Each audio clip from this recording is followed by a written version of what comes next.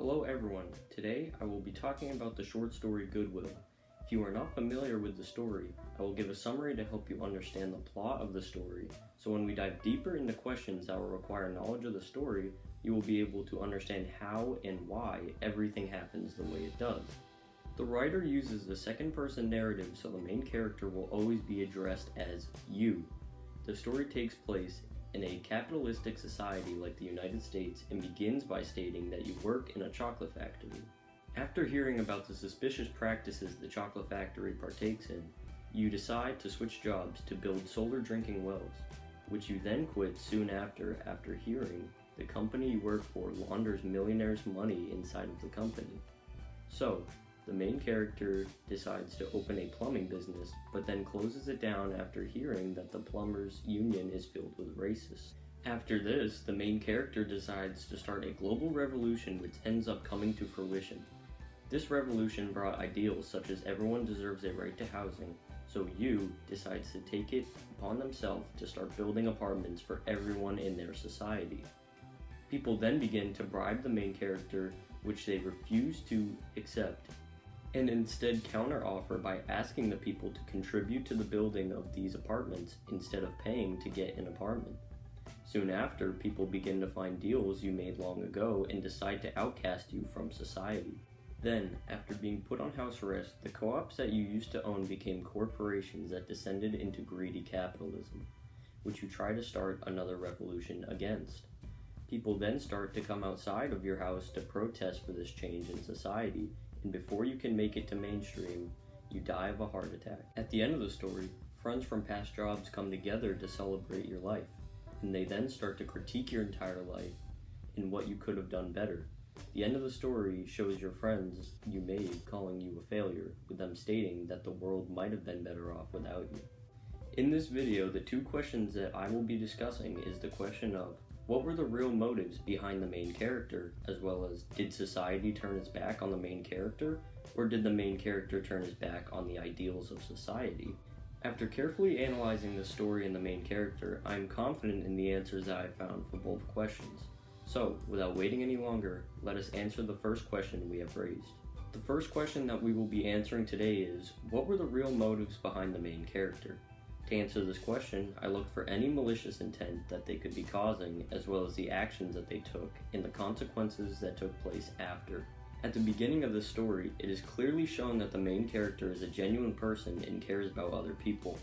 This statement is supported by them quitting 3 jobs because of the corrupt morals other people had in their jobs.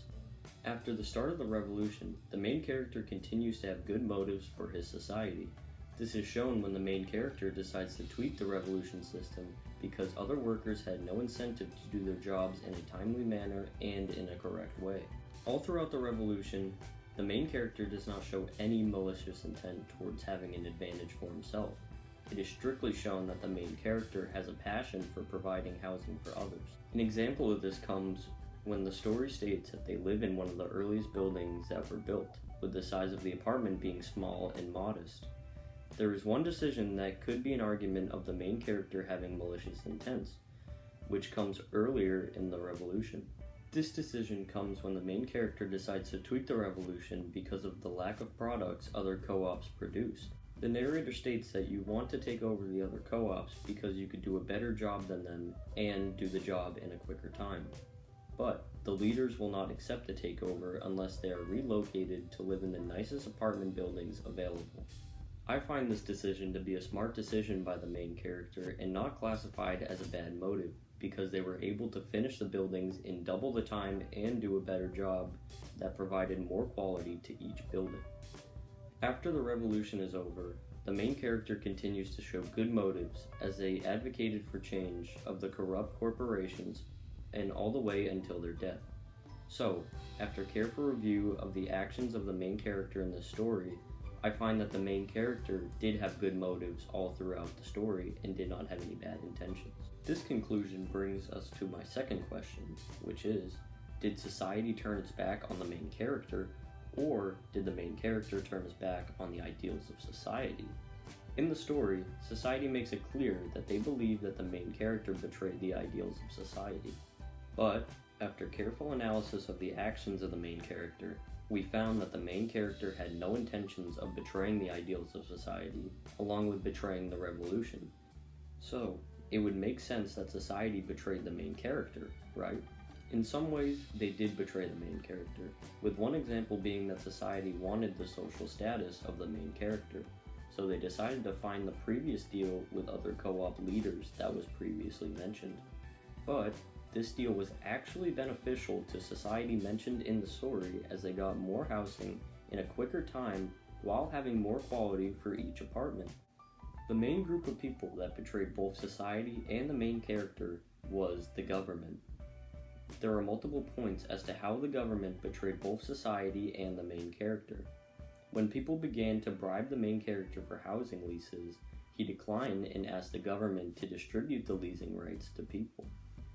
When the government began to allocate these leases, they began to accept bribes that included gold and money and transferred them to offshore accounts. Then, after the main character was outcasted by society, the government decided to put him under house arrest so he could not work or go outside. The main character realized that the government was the real betrayer while under house arrest and recognized that the government could easily slide into crony capitalism. The government then betrays the main character and society again when they turn their co-op into a corporation that gets large quantities of government money funneled into it. These examples show that the government present in the story manipulated both the main character and society into a state of society that was worse off than before. And, to make matters worse, at the end of the revolution, everyone ended up blaming the main character for everything that happened, while the government received zero blame for anything. In conclusion, although society betrayed the main character in some aspects, it was clear that the government was the real reason of why the revolution failed and why society was worse off than before. I hope everyone who watched enjoyed this video and gained an accurate understanding of the story, the questions that were raised, and the answers to both questions. Thank you for your time.